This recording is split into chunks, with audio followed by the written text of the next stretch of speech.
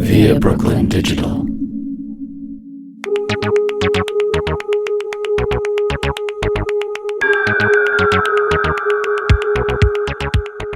Hello, and welcome to another Still the Podcast book review episode. In addition to our regular episodes, we are bringing you book and film reviews that delve into issues that relate to female identifying artists in the arts and entertainment industry. I'm Danielle Joy. And I'm Cori Hundt. And today we will be talking about the book, The Woman in Me by Britney Spears. Disclaimer, as the discussion continues today, spoilers may be revealed. So if you don't want to have anything divulged ahead of time, please consider listening to another episode of our podcast and coming back here once you read the book. The Woman in Me is a memoir by pop icon Britney Spears. Trigger warning for our listeners, this book discusses themes of physical, emotional, and substance abuse, pregnancy complications, mental health, and depression. And just a reminder for our new listeners to this podcast that we use the term female identifying. However, sometimes we do just say the word women, by which we mean it inclusively as anyone who identifies as female. We'll continue to do our best throughout this podcast series to use the proper terminology and educate ourselves as preferred syntax continues to evolve. I like starting out our discussions by letting our listeners know why we chose what we're discussing today. So, Cori, why did you want to read this book?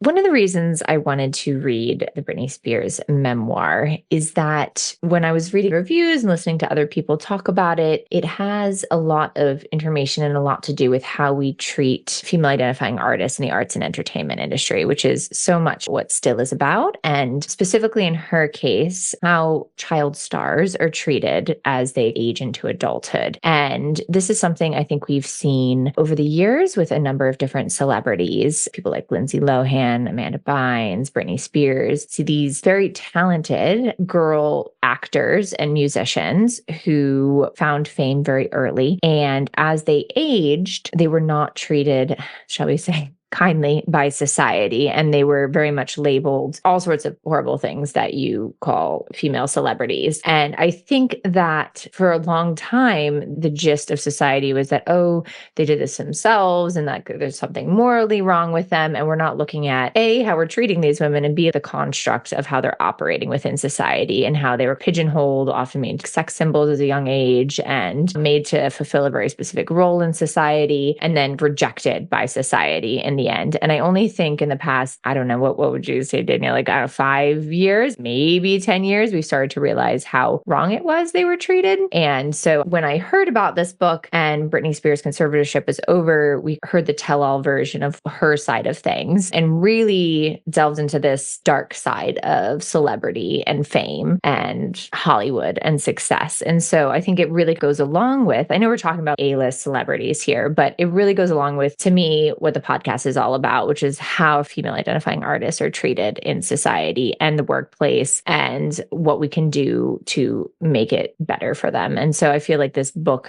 and what I understood of what it was talking about fit very nicely into what we're trying to bring awareness about with Still the Podcast. So that for me was why I thought it would be a good match to review and have a little chat about. But what about you? Anything in addition that I missed that really stuck out to you as to why you thought this was a good one to talk about? You hit all the notes, and you said, I know we're talking about A-list celebrities, but that just goes to show that no one is immune from these issues. Yeah. This is a universal thing for women. And I'm really glad we got to read her side of the story, because I was thinking about this throughout the book. I'm an elderly millennial and I grew up listening to Britney Spears. She's only a few years older than I am. And back in the day, before social media, all we had were magazines and tabloids. As I was reading this, I realized how naive I was back then, because I guess I thought that celebrities had control and agency over the stories that were being told, putting aside tabloids that are sensational, but a magazine article in 17 magazine or something like that. I thought celebrities had more of a control over the story that they were telling, but reading her book, it was all controlled by other people.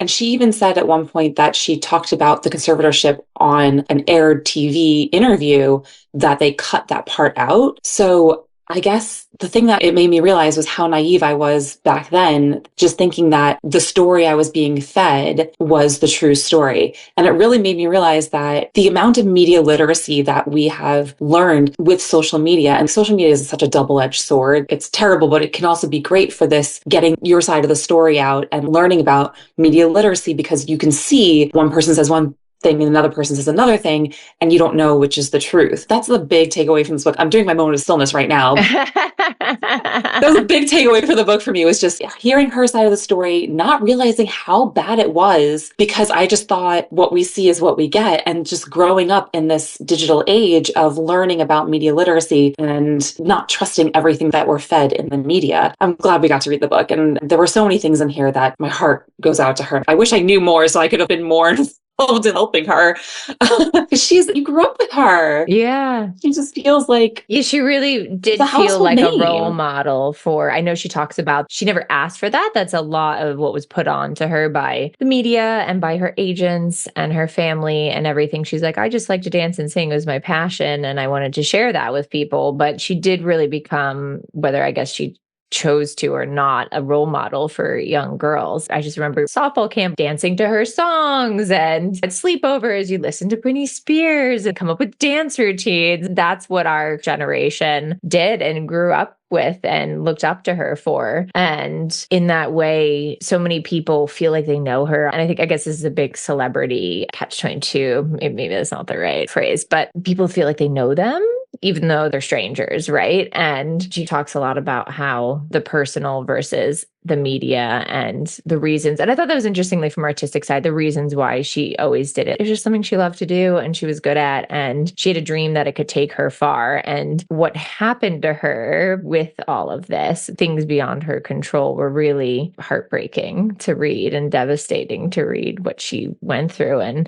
I know there's this whole poor celebrities complex, but I think that the reason society says that is we're not supposed to feel bad for them, right? Because they're famous and everything. But even between now Megan Fox's book, which we did an episode on, and this one, just because they're famous doesn't mean they're not a human being. And I think she really talks about that. She's like, people just treated me as if I was not a human being, as if I was a robot and I had no feelings and I didn't matter and I was a piece of property or money to be made. And it really is heartbreaking. And I think the advent of social media was huge in people learning about the other side of the story for a lot of these female identifying artists who really got ripped up and torn to shreds by the media. And I know everyone loves a good comeback, so to speak, but in reality, I think a lot of them who were able to take control again in certain ways, or to not let the lack of control get to them, be like, there's certain things I can't control, and have their own narrative. And she talks about that, getting back to myself and my roots and the reason why I did this after everything I've been through. And I do think that's really inspiring, because I think honestly, what society's done to some of these women has just honestly been terrible,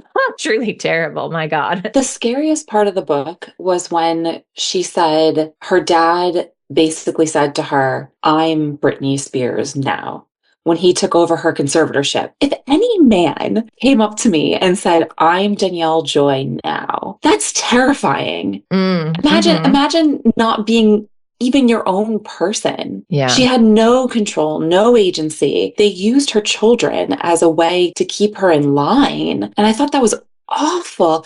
I couldn't imagine. We both have little children. When they first started taking them away from her, the kids, she said they were 5 months and 17 months. And I was thinking, I can't even imagine not seeing my child at 5 months old for a month, because that's when they're starting to sit up. That's when they're starting to potentially eat their first solid foods. Missing all of those firsts, that would drive me insane. And that's the time when she shaved her head and attacked that paparazzi. And I completely understand now. Yeah, totally. I mean, and she talked about having postpartum depression, and she was going through a divorce, and then this conservatorship was coming into place. I mean, can you imagine the lengths of what people were putting her through? And then to sit there and be like, oh, she's crazy. Any sane person would be quote unquote crazy if you were doing this to them and taking her kids away and using that to manipulate her. And she said that, she's like, I did it for so long because it was the only way to see my kids. And another frightening part of that same section of the book, Danielle, I remember, was she said, I just felt like they could kill me if they wanted to. It never got to that, but if it got there, there was nothing stopping them, and how she felt totally abandoned by the legal system in the state of California. And I mean, just truly terrifying things for over a decade. 13 years. I didn't know it was 13 years. Again, strongest woman in the world.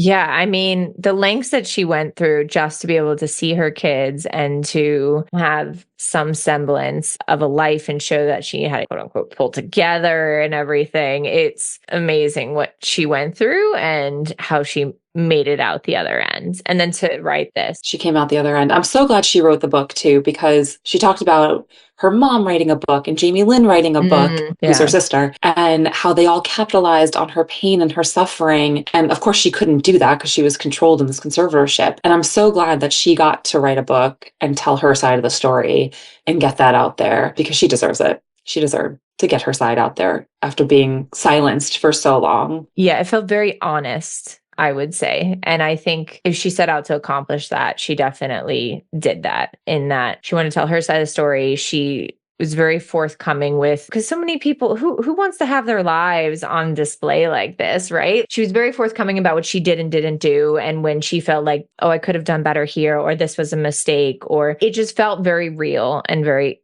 honest. It didn't feel like she was trying to convince people of everything or trying to angle it. She's just like, this is what happened, and I'm going to be real with you about all this. And so you can kind of see what on earth I've been through. And I do think she really accomplished that with this book, and good for her for doing that. Yeah, there were so many little bits as well that just stood out. Do you have any passages or things that stood out to you from what she said? Oh yeah, I have a few that I've bookmarked here. Let's see. Please. So here's one on page 61. So it says, meanwhile, I started to notice more and more older men in the audience, and sometimes it would freak me out to see them leering at me like I was some kind of Lolita fantasy for them, especially when no one could seem to think of me as both sexy and capable, or talented and hot.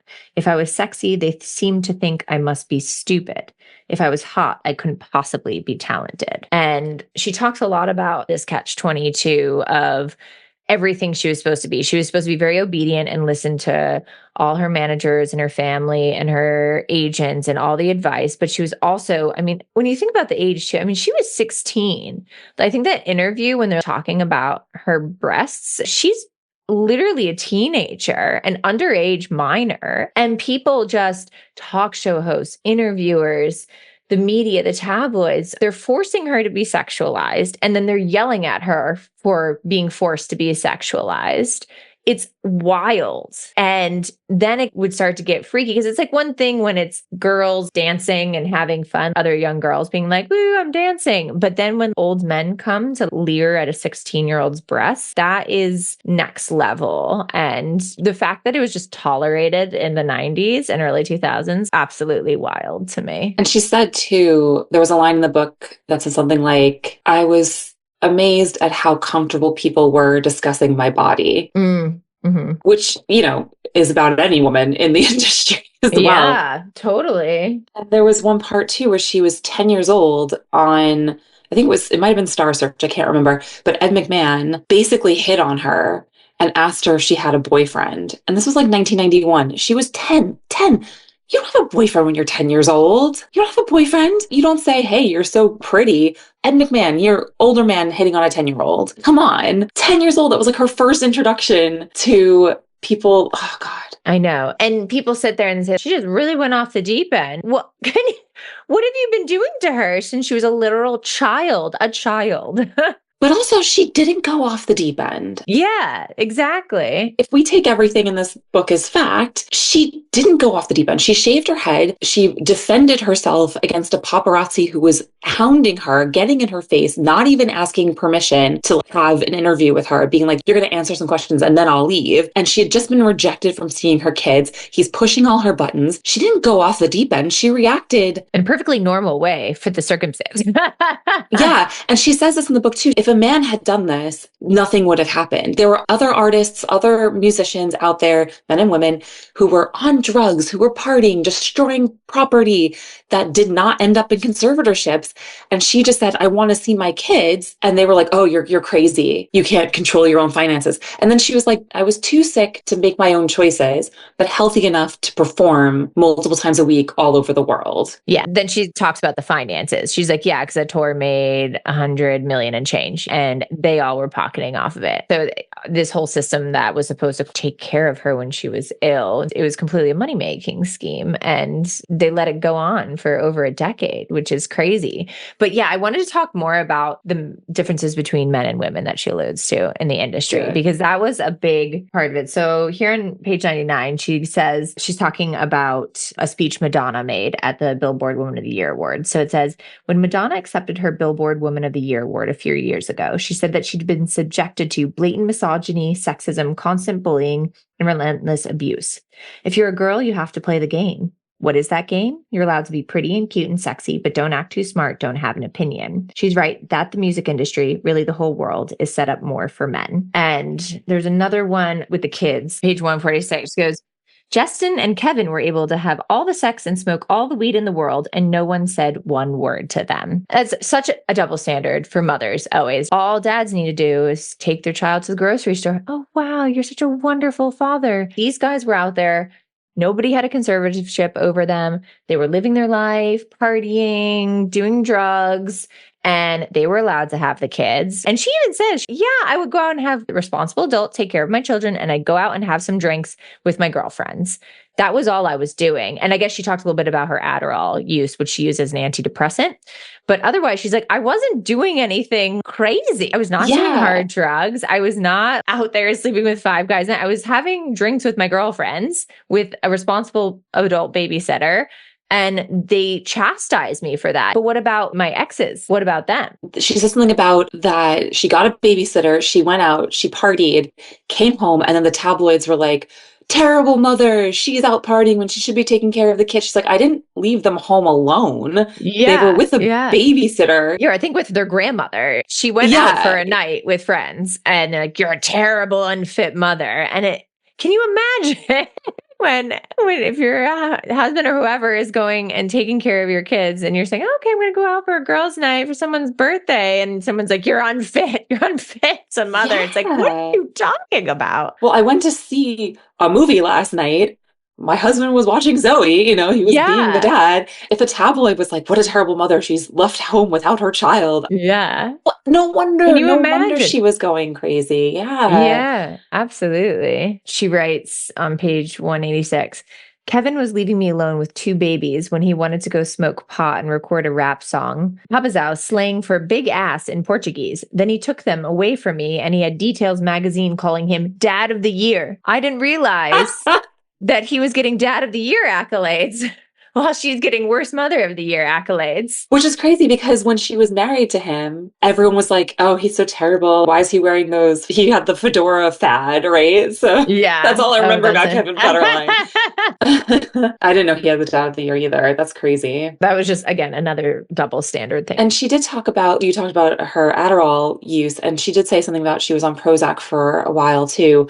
But she talks about how she had postpartum depression, and basically at a time where nobody talked about having depression, nobody talked about going to therapy. So there wasn't a lot of support for that. The conservatorship was definitely, I feel, a way of controlling her. And that's it. Like they were always going to do that to her. And it talks about also her dad's dad put 2 of his wives, he had 3 wives, so her grandmothers, he put 2 of them in a mental institution as well because he thought they were crazy. Oh, that's back in the day when women were just considered hysterical and could be put into insane asylums because they were considered property by their husbands. But this was basically the same thing. Her dad did it to her probably because he saw it done to his mom, and his dad was very abusive. And he just knew he could do it because men have this power over women. Yeah. And that's the thing she also talks about in the book, saying, I'm just shocked that they would think after the childhood, even before any of this happened with her having kids or the breakups with her exes, that he was alcoholic, that he did not treat his family well. He would leave, I think it was for days at a time, and that they would think this man was fit to be in charge of a conservatorship that's supposed to be, in theory, helping her. And that normally this is for people who are truly incapacitated. They could have gone in accidents and be vegetables or really truly hospitalized. And the fact that she said you could have picked somebody random off the street and they would have been a better head of the conservatorship than my father. And the fact that California let me down so greatly by thinking this man should have been in charge of this at all after what he'd already put me through is insane. So I don't know. There's a lot about it, and I haven't really delved into the judge and how it got overturned and all that. I don't know. Either. I think there's a bunch of people who know a lot more about that than I do, but it is wild that even went through in the first place and stayed for so long.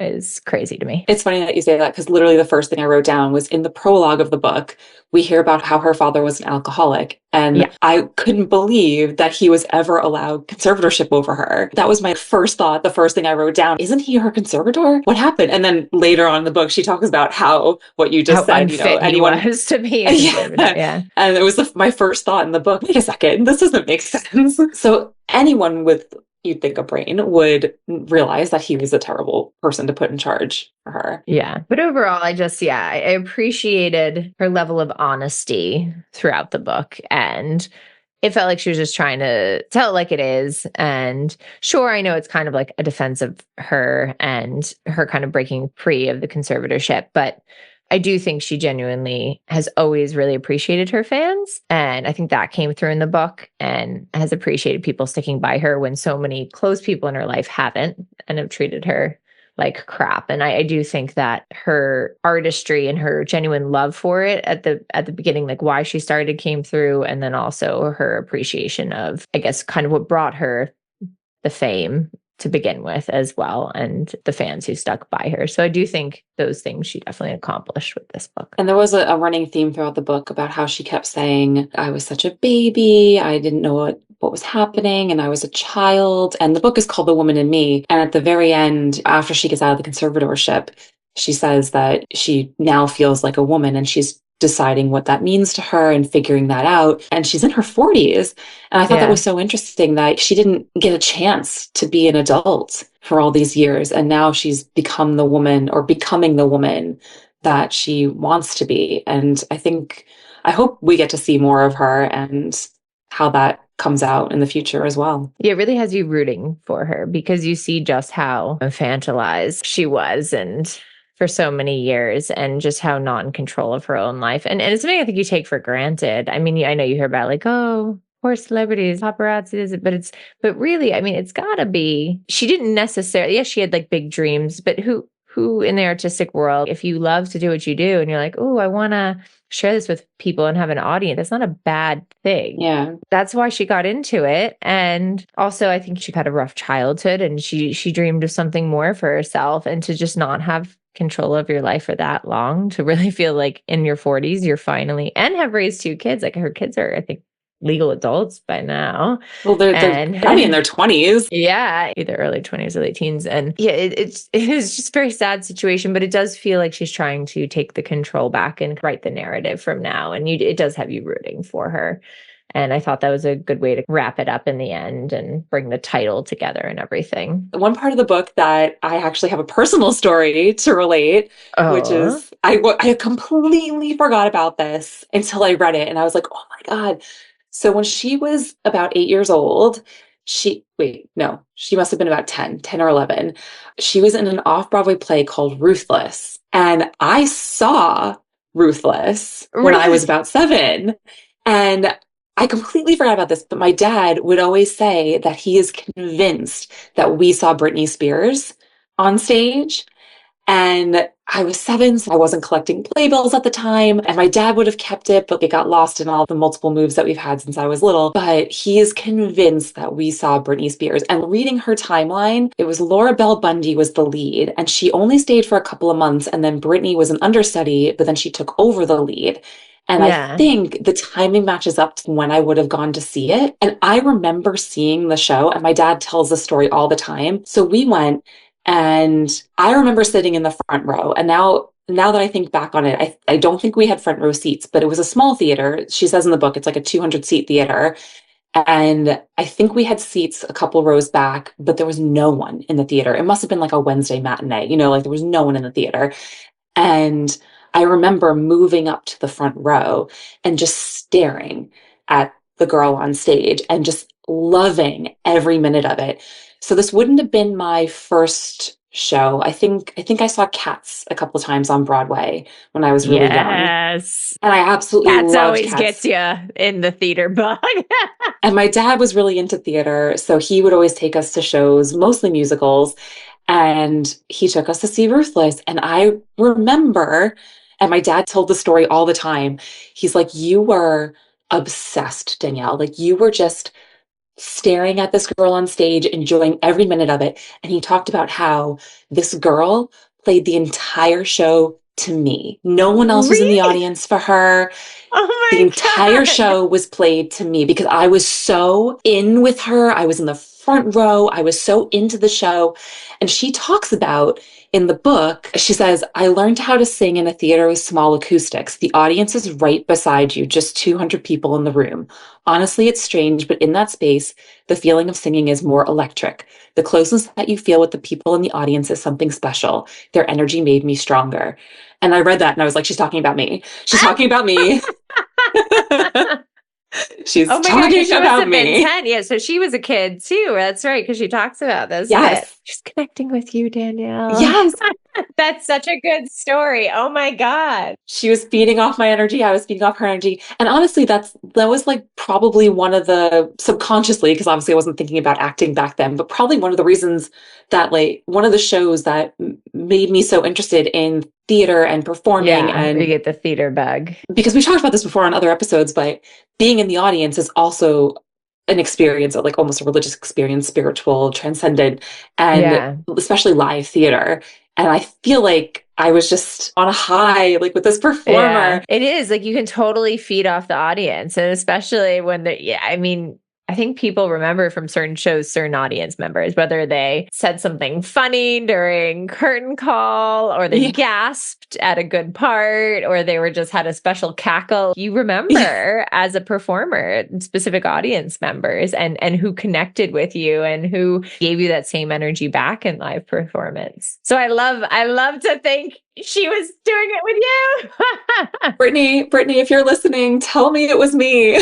That I was the one in the audience, the little girl that was sitting in the front row, loving every second of your performance. Brown hair, roughly 96, something like that. Yeah. It would have been, I don't even know, like 90, 92, 93. I can't remember, but yeah. That's but amazing. Ruthless. Oh my God. My dad used to tell that story all the time. That's hilarious. And I completely forgot about it until I read that part in the book. And I was like, oh my God, I have a story. That's amazing. Oh my God. I bet it was. I think it was.